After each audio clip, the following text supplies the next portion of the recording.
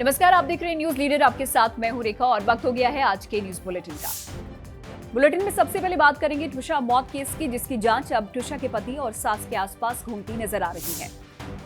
बात होगी उत्तर प्रदेश में गिरफ्तार 4 संदिग्धों की, जिनके तार पाकिस्तान से जुड़ रहे हैं। इसके बाद बात करेंगे उत्तराखंड में लागू किए गए नए प्रावधान की, जिसके तहत अब उपद्रवियों और दंगाइयों पर कठोर एक्शन लिया जाएगा। बात होगी कर्नाटक में सियासी बदलाव की, जहां सिद्धारमैया के इस्तीफे के बाद अब माना जा रहा है कि आखिरकार डीके शिव कुमार को सीएम की कुर्सी मिलनी तय है। बात मौसम की भी करेंगे, जिसमें आपको ये बताएंगे कि कैसे उत्तर भारत में तापमान नए रिकॉर्ड बना रहा है और कब तक मानसून के दस्तक का अनुमान है। और आखिर में बात होगी मिडिल ईस्ट में जारी जंग की, जो 3 महीनों के बाद और ज्यादा विध्वंसक होती नजर आ रही है। ट्विशा की मौत की मिस्ट्री अब सुलझने जा रही है। जब से सीबीआई ने इस मामले को अपने हाथों में लिया, तब से ये कयास लगाए जा रहे थे कि शायद उसे इंसाफ मिल ही जाएगा। तो वहीं ट्विशा की सास और पूर्व जज गिरिबाला सिंह और पति समर्थ की मुश्किलें बढ़ गई हैं। कैसे, इस रिपोर्ट में देखिए। ये 3 तस्वीरें और इनके साथ उठ रहे सवाल अब भोपाल की ट्विशा शर्मा की मौत मिस्ट्री की दिशा तय करेंगे। ट्विशा की मौत के मामले में 28 मई का सबसे बड़ा घटनाक्रम उसकी सास पूर्व जज गिरिबाला सिंह की गिरफ्तारी है, जिन्हें सीबीआई ने 4 घंटे से ज्यादा वक्त की लंबी पूछताछ के बाद गिरफ्तार किया है। ट्विशा शर्मा की मौत के बाद से ही लगातार उसका परिवार पति समर्थ सिंह और सास गिरिबाला सिंह पर उनकी बेटी को दहेज के लिए प्रताड़ित करने का आरोप लगा रहा था। परिवार कह रहा था कि उनकी बेटी खुदकुशी नहीं कर सकती, बल्कि उसकी हत्या कर दी गई है। वो परिवार इंसाफ के लिए हर दरवाजे को खटखटा रहा था। पुलिस थाने से लेकर सीएम आवास तक गुहार लगा रहा था। परिवार का दुख कितना बड़ा था, ये उनकी नम आंखों से हर बार सामने आया। और अब जबकि ट्विशा शर्मा की सास गिरिबाला सिंह को गिरफ्तार कर लिया गया, तो पीड़ित परिवार को न्याय की थोड़ी उम्मीद तो जगी गई होगी। जब से सीबीआई ने इस मामले को अपने हाथों में लिया, बहुत तेजी से पूरे मामले की पड़ताल में जुट गई, क्योंकि देश की सर्वोच्च अदालत जब किसी मामले में स्वतः संज्ञान ले तो उसकी गंभीरता को समझा जा सकता है। यही वजह है कि सीबीआई पर भी पूरा दबाव है कि जल्द से जल्द इस मामले से पर्दा उठाया जाए। एजेंसी के सामने इस गुत्थी को सुलझाना सबसे बड़ी चुनौती है। ट्विशा ने फांसी लगाई तो क्यों लगाई, या फिर उसकी हत्या की गई तो क्यों की गई? 12 मई को क्या हुआ था? ट्विशा पर क्या कोई मानसिक दबाव था, या फिर उसे दहेज के लिए प्रताड़ित किया जा रहा था? इन सारे ही सवालों के केंद्र बिंदु में 2 ही लोग थे, एक पति समर्थ सिंह और दूसरा सास गिरिबाला सिंह। यही वजह है कि एक बार फिर सीबीआई की टीम भोपाल में ट्विशा के ससुराल पहुंची और गहनता से पूरे घर की जांच की। गिरिबाला सिंह को गिरफ्तार करने से पहले 28 मई को जब सीबीआई ट्विशा शर्मा के ससुराल पहुंची, तो उसने क्या क्या किया वो भी जान लीजिए। सीबीआई ने यहां पर क्राइम सीन रिक्रिएट किया, हाईटेक मशीनों से पूरे घर की जांच की। ट्विशा शर्मा के ससुराल का जो घर है, उसकी 3D मैपिंग की गई। घर का एक डिजिटल नक्शा तैयार किया गया, साथ ही पूरे घर की फोटोग्राफी और वीडियोग्राफी भी की गई। इससे पहले सीबीआई ने कस्टडी में लिए गए उसके पति समर्थ सिंह से भी लंबी पूछताछ की थी। जिस घर में ट्विशा शर्मा की मौत हुई, यहां सीबीआई अपने साथ उसके पति समर्थ सिंह को भी लेकर पहुंची थी। मीडिया रिपोर्ट्स की माने तो सीबीआई ने समर्थ सिंह से उस दिन की पूरी कहानी जानने की कोशिश की। कब ट्विशा शर्मा छत पर गई, उसके पति और सास को उसकी फांसी के बारे में कब पता चला, जब ट्विशा फांसी के फंदे से लटक रही थी तो उसे सबसे पहले किसने देखा, और फंदे से नीचे उतारने के बाद क्या क्या किया? पुलिस को मामले की जानकारी तुरंत ही क्यों नहीं दी? मीडिया रिपोर्ट्स में दावा किया जा रहा है कि पुलिस समर्थ सिंह को घर की छत पर भी लेकर गई थी। सूत्र ये भी बता रहे हैं कि सीबीआई से पूछताछ में पति समर्थ सिंह ने उसके शरीर पर पड़ी चोट को लेकर सीधा जवाब नहीं दिया, बल्कि वो गोलमोल जवाब देता रहा। ट्विशा शर्मा की सास गिरिबाला सिंह गिरफ्तार हो गई हैं। अब सीबीआई उनसे भी पूछताछ में जुट गई है। जिन सवालों का सामना अब तक समर्थ सिंह कर रहा था, लगभग वैसे ही सवाल अब गिरिबाला सिंह से भी होंगे, क्योंकि सीबीआई की एक ही कोशिश है, कैसे भी करके जल्द से जल्द इस मामले से पर्दा उठाया जाए। वहीं इससे पहले ट्विशा की सास गिरिबाला सिंह को पहला झटका तब लगा जब मध्य प्रदेश हाईकोर्ट ने उनकी अग्रिम जमानत को रद्द कर दिया। हाईकोर्ट ने इस मामले में निचली अदालत के फैसले को खारिज कर दिया। इसके बाद से ही गिरिबाला सिंह पर गिरफ्तारी की तलवार लटक रही थी और कुछ ही घंटों में वो एक्शन भी देखने को मिल गया। मीडिया रिपोर्ट्स की माने तो इस मामले में हाईकोर्ट ने अहम टिप्पणी की थी। जैसे हाईकोर्ट ने कहा था कि गिरिबाला सिंह पर गंभीर आरोप लगे हैं, गिरिबाला सिंह को ऐसे में राहत सही नहीं है। व्हाट्सएप चैट से ये साफ नहीं है कि इस मामले में सिर्फ समर्थ सिंह ही आरोपी है। हाईकोर्ट ने यह भी कहा कि इस बात में सत्यता है कि ट्विशा ने गर्भपात कराया था। बयानों से यह साफ है कि उसे परेशान किया गया था। हाईकोर्ट ने कहा कि सभी बयानों में पति और सास के खिलाफ स्पष्ट आरोप हैं।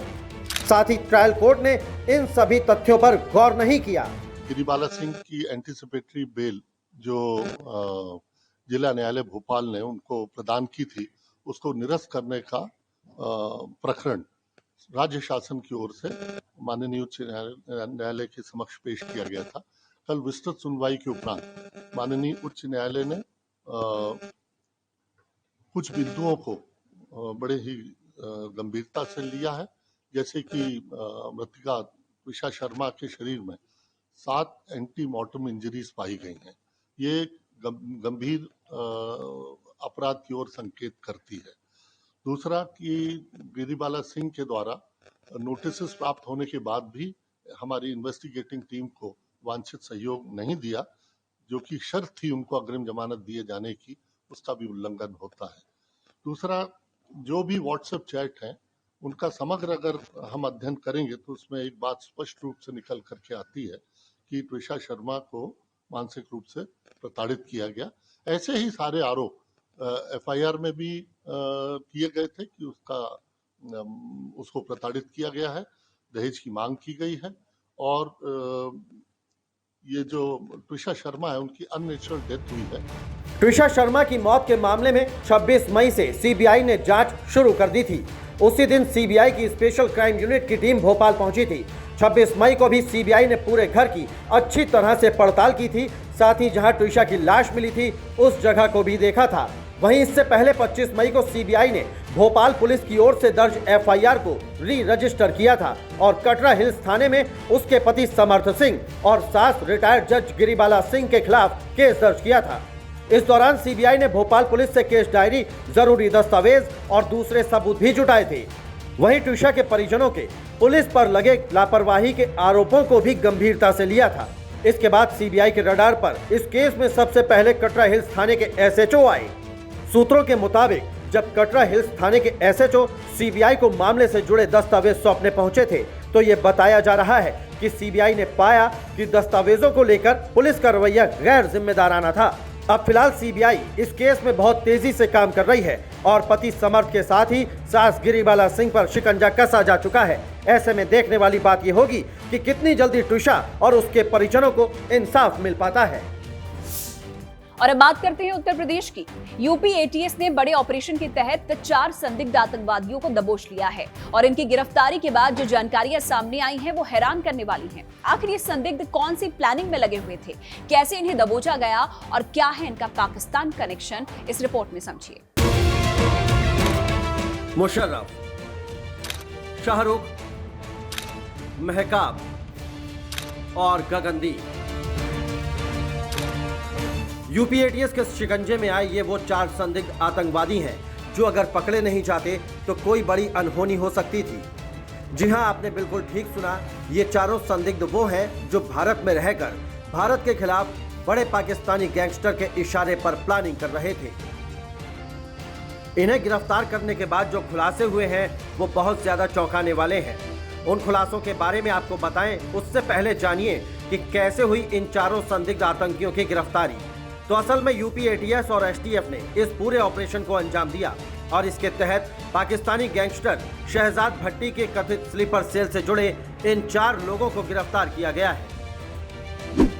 जांच एजेंसियों के मुताबिक ये संदिग्ध आतंकी सोशल मीडिया और वीडियो कॉलिंग के जरिए पाकिस्तान में बैठे हैंडलर्स के संपर्क में थे। इन संदिग्धों पर भारत की संवेदनशील जगहों, अस्पतालों और कई अहम ठिकानों की रेकी कर जानकारियां पाकिस्तान भेजने का आरोप है और इन्होंने टेरर नेटवर्क भी बनाने की कोशिश की। टेरर नेटवर्क यूथ का प्रारंभिक पूछताछ में ज्ञात हुआ कि अभियुक्त सोशल मीडिया एवं वीडियो कॉलिंग के माध्यम से पाकिस्तानी हैंडलर्स के संपर्क में थे तथा उन्हें संवेदनशील स्थलों, अस्पतालों एवं अन्य महत्वपूर्ण लक्ष्यों की रेकी करने, अधिक युवाओं को अपने साथ जोड़ने तथा आतंकी गतिविधियों को अंजाम देने हेतु प्रेरित किया जा रहा था। मार्च 2026 में किसी बड़ी घटना को अंजाम देने के उद्देश्य से महकाब व गगनदीप ने नोएडा में मीटिंग की थी। मीटिंग में अभियुक्तों के बीच पैसे व हथियार आदि लेने की बात भी हुई थी। इस संबंध में थाना एटीएस लखनऊ पर सुसंगत धाराओं में अभियोग पंजीकृत कर अग्रिम विधिक कार्रवाई की जा रही है। एटीएस का दावा है कि युवाओं को आतंकी और स्लीपर सेल नेटवर्क से जोड़ने की कोशिशें चल रही थीं। मीडिया रिपोर्ट्स की माने तो अब तक की जांच में आतंकी घटनाओं की साजिश से जुड़े कुछ अहम सुराग भी मिले हैं। पकड़े गए इन संदिग्धों के खिलाफ लखनऊ के एटीएस थाने में गंभीर धाराओं में केस दर्ज किया गया है। कई डिजिटल सबूत और संदिग्ध गतिविधियों से जुड़े अहम इनपुट भी सामने आए हैं। दावा किया जा रहा है कि महकाब और गगनदीप मार्च के महीने में नोएडा में मिले थे। जांच में पता चला है कि ये दोनों आतंकी वारदातों के लिए हथियार जुटाने की जुगत में लगे हुए थे। इनके पास कौन कौन सी हाईटेक डिवाइसेस थीं और ये किन किन के संपर्क में थे, अब इसकी गहनता से जांच चल रही है और इस जांच में आगे बड़े खुलासे हो सकते हैं। मामले में लखनऊ स्थित एटीएस थाने में एफआईआर दर्ज की गई है। कार्रवाई के बाद इन चारों को एटीएस कोर्ट में पेश किया गया, जहां से उन्हें 14 दिन की न्यायिक हिरासत में भेज दिया गया। अब एटीएस का आगे का टारगेट है इनका विदेशी कनेक्शन खंगालना, आतंकी फंडिंग और नेटवर्क से जुड़े अन्य संदिग्धों की तलाश। एजेंसियों का मानना है कि इनसे जैसे जैसे पूछताछ आगे बढ़ेगी वैसे वैसे कई राज सामने आ सकते हैं। इन संदिग्ध आतंकियों को रिमांड पर लेकर आईएसआई के मंसूबों के बारे में पूछताछ की जाएगी। जिन संदिग्धों को यूपी एटीएस ने दबोचा है वो पाकिस्तानी गैंगस्टर शहजाद भट्टी के इशारों पर चल रहे थे। ये वही शहजाद भट्टी है जिस पर आरोप है कि उसने इंस्टाग्राम और अन्य सोशल मीडिया प्लेटफॉर्मों के जरिए पश्चिमी यूपी के युवाओं को आतंकी गतिविधियों में शामिल होने के लिए लगातार बरगलाया। गौर करने वाली बात यह है कि 23 अप्रैल को एटीएस ने तुषार चौहान और हिजबुल्ला अली खान और समीर खान को भी नोएडा से पकड़ा था। एटीएस सूत्रों के मुताबिक आईएसआई के इशारों पर दोनों इंस्टाग्राम के जरिए पाकिस्तानी गैंगस्टर के सीधे संपर्क में थे। इससे पहले भी शहजाद भट्टी के संपर्क में रहने वाले आधा दर्जन से अधिक युवाओं को पश्चिमी यूपी और उत्तराखंड से गिरफ्तार किया गया है। इनके निशाने पर मंदिर, यूपी के थाने और हिंदूवादी नेता थे। सुरक्षा एजेंसियों की ये कार्रवाई इसलिए भी अहम मानी जा रही है क्योंकि जांच में सीमा पार बैठे नेटवर्क और स्थानीय मॉड्यूल के बीच कनेक्शन के संकेत मिले हैं। ऐसे में आने वाले दिनों में इस पूरे मामले में कई और अहम खुलासे हो सकते हैं। कुल मिलाकर अब सबकी नजरें इन संदिग्धों से पूछताछ पर टिकी हैं। कर्नाटक में कुर्सी को लेकर पिछले 3 साल से अंदर खाने चल रही जंग पर फैसला हो गया है। सिद्धरामैया ने सीएम पद से इस्तीफा दे दिया है। डीके शिव कुमार का नाम मुख्यमंत्री के लिए लगभग तय हो गया है। लेकिन कर्नाटक की सत्ता, कांग्रेस की रणनीति और कुर्सी के लिए अंदर की क्या है पूरी कहानी, देखिए इस रिपोर्ट में।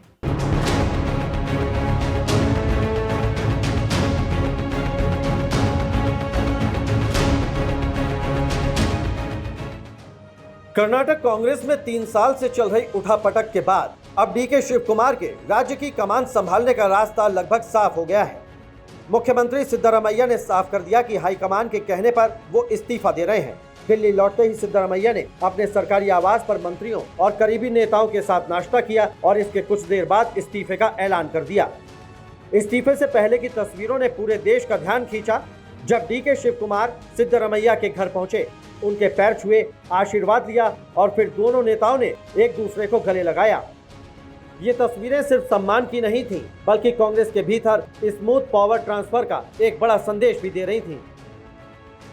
मुख्यमंत्री सिद्धरामैया द्वारा बुलाई गई ब्रेकफास्ट बैठक के बाद कर्नाटक के मंत्री एच.के. पाटिल का बयान सामने आया है, जिसमें उन्होंने कहा कि सिद्धरामैया ने कहा है कि हम डीके शिव कुमार को नया मुख्यमंत्री बनाएंगे। CM Siddaramaiah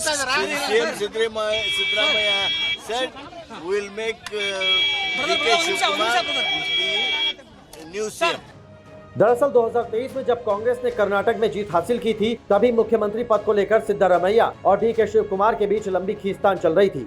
उस वक्त कांग्रेस हाईकमान ने बीच का रास्ता निकाला और कहा कि 2.5 साल का फॉर्मूला लागू होगा। अब सरकार 3 साल पूरे करने जा रही है। ऐसे में डीके शिव कुमार का दबाव लगातार बढ़ रहा था।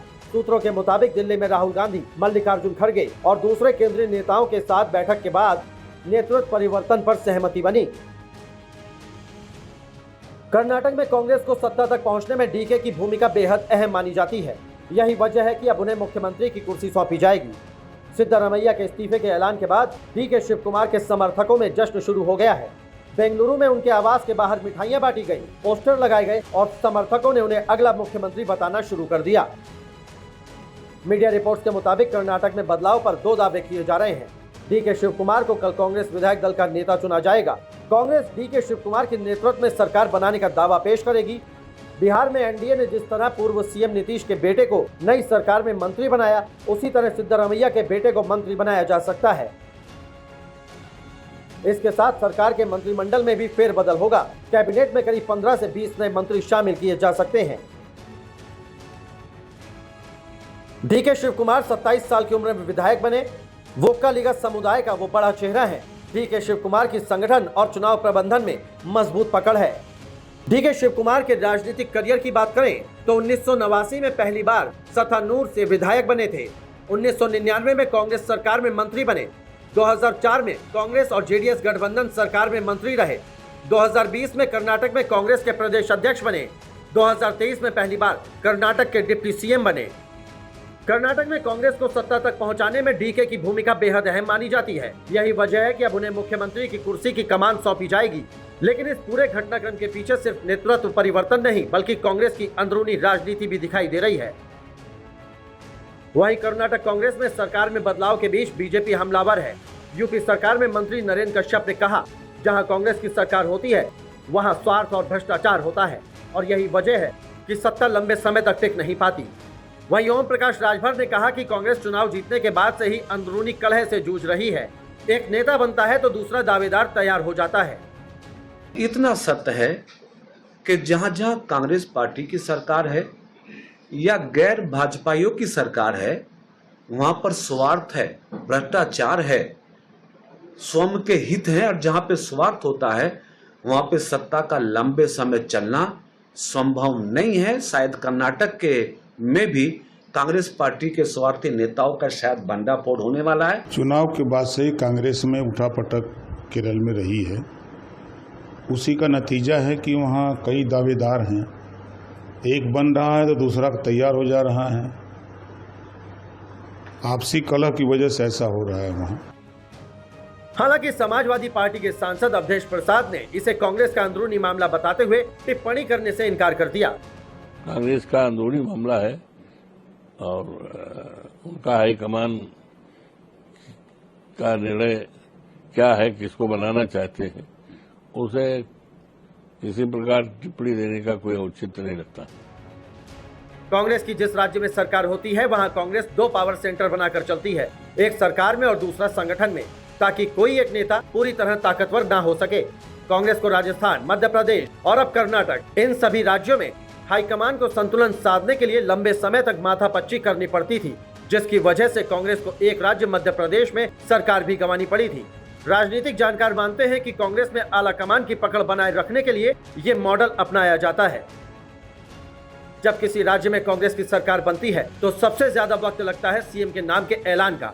इसका उदाहरण हाल ही में हुए केरल में चुनाव के बाद देखने को मिला, जहां सीएम के नाम का ऐलान 10 दिन बाद हुआ था। मुख्यमंत्री के नाम की घोषणा में होने वाली देरी अक्सर पार्टी के भीतर गुटबाजी, वरिष्ठ बनाम युवा नेतृत्व के टकराव और आप सहमति बनाने की रणनीतियों के कारण होती है। लेकिन बीजेपी में ऐसा नहीं होता। बीजेपी का केंद्रीय नेतृत्व पूरी तरह से कैडर आधारित और अनुशासित प्रक्रिया पर चलता है, जहां राज्यों के मुख्यमंत्री या बड़े नेताओं का चयन संसदीय बोर्ड और आला कमान की रणनीति पर आधारित होता है।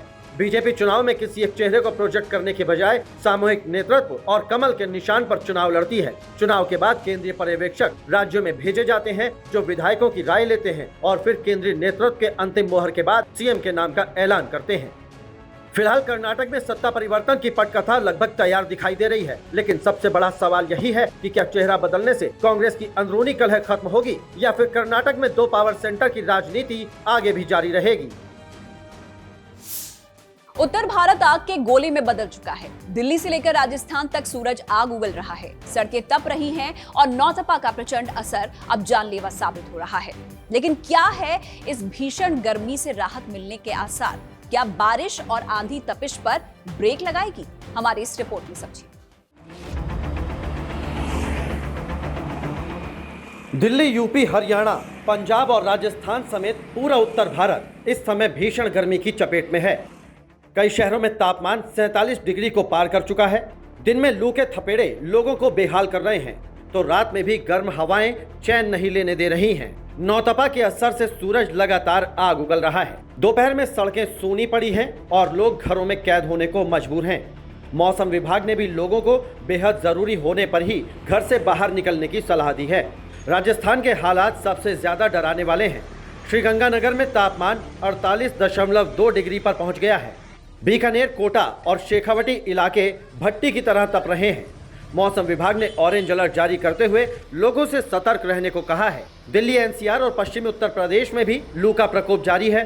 गर्म हवाओं ने लोगों की मुश्किलें कई गुना बढ़ा दी हैं। लू को लेकर मौसम विभाग ने आज के लिए येलो अलर्ट जारी किया है, लेकिन रात में मौसम बदलना शुरू हो जाएगा। पंजाब और हरियाणा में भी मौसम का बड़ा बदलाव देखने को मिलेगा। दोनों राज्यों के ऊपर बनने वाले चक्रवाती हवाओं के क्षेत्र उत्तर भारत के मौसम को प्रभावित करेंगे। इसके असर से तेज गरज के साथ बारिश और धूल भरी आंधी चल सकती है।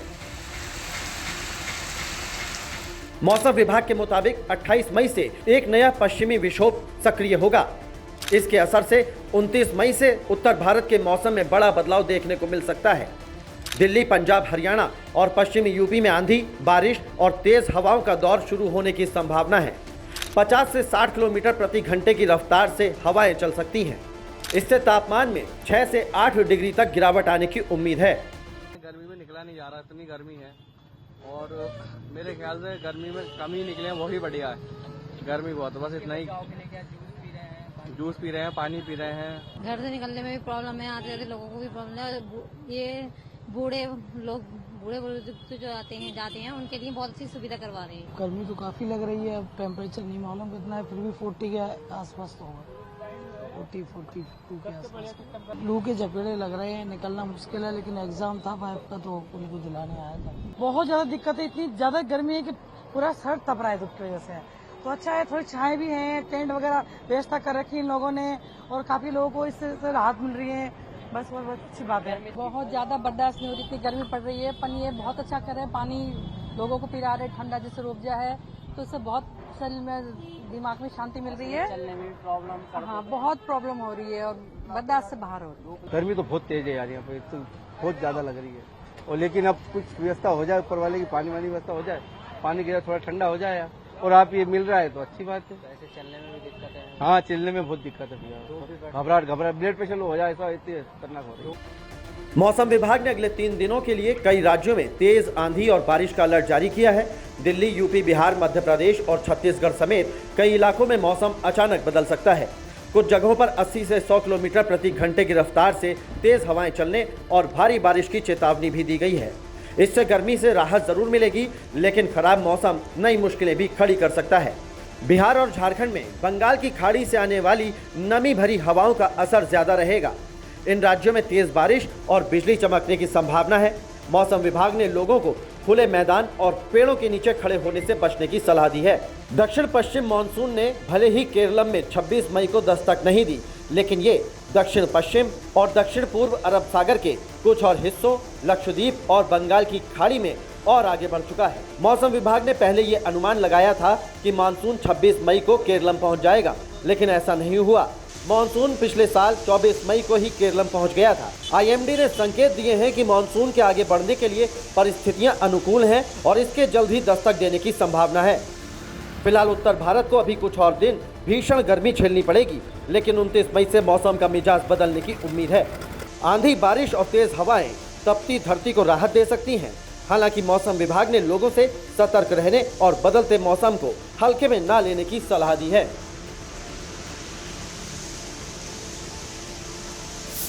और आखिर में बात होगी मिडिल ईस्ट जंग की। इस जंग का सीन अब पूरी तरह बदल चुका है। ईरान ने अमेरिका पर हमले तेज कर दिए हैं, तो अमेरिका भी इसका जवाब देने में पीछे नहीं है।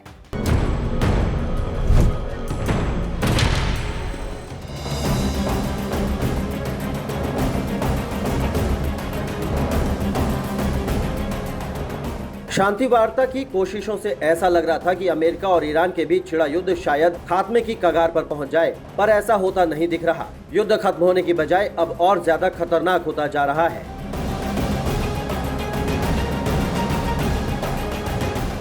पिछले 24 घंटे में मिडिल ईस्ट की जंग का सीन पूरी तरह बदल गया है। ईरान के न्यूक्लियर प्रोग्राम से खफा होकर जिस युद्ध की शुरुआत अमेरिका ने की थी, उस युद्ध में अब अमेरिका के खिलाफ ईरान का गुस्सा बढ़ता ही जा रहा है और इस गुस्से का नतीजा है कि स्ट्रेट ऑफ हॉर्मुज बन चुका है जंग का अखाड़ा। आपको याद होगी 2 दिनों पहले IRGC के ठिकानों पर अमेरिका ने अटैक किया था और इस अटैक के बदले में अब ईरान ने अमेरिका के टैंकरों को निशाना बनाया है। मीडिया रिपोर्ट्स के मुताबिक ईरान की IRGC नेवी ने एक अमेरिकी टैंकर को बीच समंदर से ही खदेड़ दिया। आरोप है कि ये US टैंकर रडार सिस्टम बंद करके हॉर्मुज स्ट्रेट को पार करने की कोशिश कर रहा था और ये अमेरिकी टैंकर की इस गुस्ताखी पर ईरान की नेवी की नजर पड़ गई और ईरानी नेवी इसके फौरन बाद हरकत में आई और चेतावनी के साथ एक के बाद एक अमेरिकी टैंकर पर फायरिंग की गई, गोलियां दागी गईं। दावा है कि इसके बाद टैंकर को पीछे हटना पड़ा। ऐसा मीडिया रिपोर्ट्स में कहा गया है कि चेतावनी वाली इस फायरिंग के बाद अमेरिकी टैंकर ने अपना रास्ता बदल लिया। ईरान ने अमेरिकी टैंकर को निशाना बनाया तो अमेरिका ने भी इसका जवाब दिया। अमेरिकी सेना ने बंदर अब्बास पोर्ट को टारगेट किया, बड़े हमले किए। मीडिया रिपोर्ट्स के मुताबिक अमेरिकी सेना ने हॉर्मुज स्ट्रेट के आसपास ईरान के 4 अटैक ड्रोन भी मार गिराए। ड्रोन्स को मार गिराने के पीछे अमेरिका का भी तर्क है। अमेरिका इसे डिफेंसिव एक्शन बता रहा है। उसके मुताबिक इसका मकसद सीज फायर बनाए रखना और अमेरिकी सैनिकों की सुरक्षा तय करना था। अमेरिकी सेना को लगा कि ये ड्रोन उसके सैनिकों और सैन्य ठिकानों के लिए खतरा बन सकते थे, इसलिए उन्हें निशाना बनाया गया। अब ईरान भी अमेरिका के इन हमलों से बौखला गया है। ईरान ने अमेरिकी एयरबेस पर हमले शुरू कर दिए हैं। ईरान ने चेतावनी दी है कि अगर अमेरिका नहीं रुका तो ईरान और ज्यादा घातक हमले करेगा, यानी अब जंग और ज्यादा विनाशक होने वाली है। मीडिया रिपोर्ट्स की माने तो पिछले 24 घंटों के भीतर ईरान और अमेरिका के बीच डील का भी दावा हुआ है। ईरान ने दावा किया कि अमेरिका के साथ युद्ध खत्म करने के लिए शुरुआती समझौता ड्राफ्ट तैयार हुआ है, जिसमें हॉर्मुज स्ट्रेट में शिपिंग बहाल करने और अमेरिकी सैन्य मौजूदगी घटाने का प्रस्ताव शामिल है। हालांकि व्हाइट हाउस ने ईरानी मीडिया की शांति समझौते वाली रिपोर्ट को पूरी तरह फर्जी और मनगढ़ंत बताया है। अमेरिका ने कहा कि दोनों देशों के बीच किसी भी तरह का आधिकारिक ड्राफ्ट तैयार नहीं हुआ है।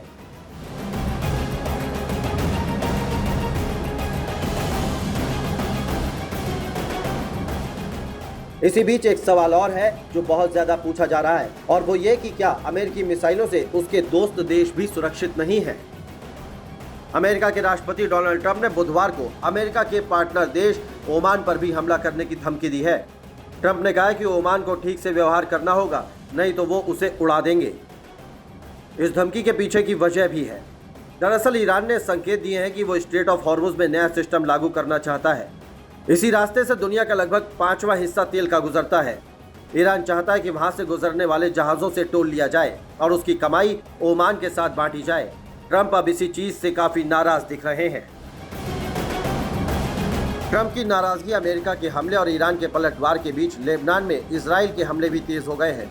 दक्षिणी लेबनान में इजराइल की सेना लगातार बम गोला बारूद बरसा रही है। इजराइल का एक्शन देखकर तो लगता है कि वो अब रुकने वाला नहीं है।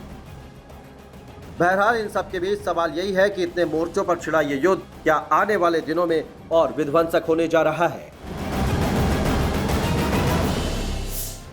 तो ये खबरों के साथ इस बुलेटिन में इतना ही। बाकी देश दुनिया की तमाम बड़ी खबरों के लिए आप देखते रहिए न्यूज़ लीडर।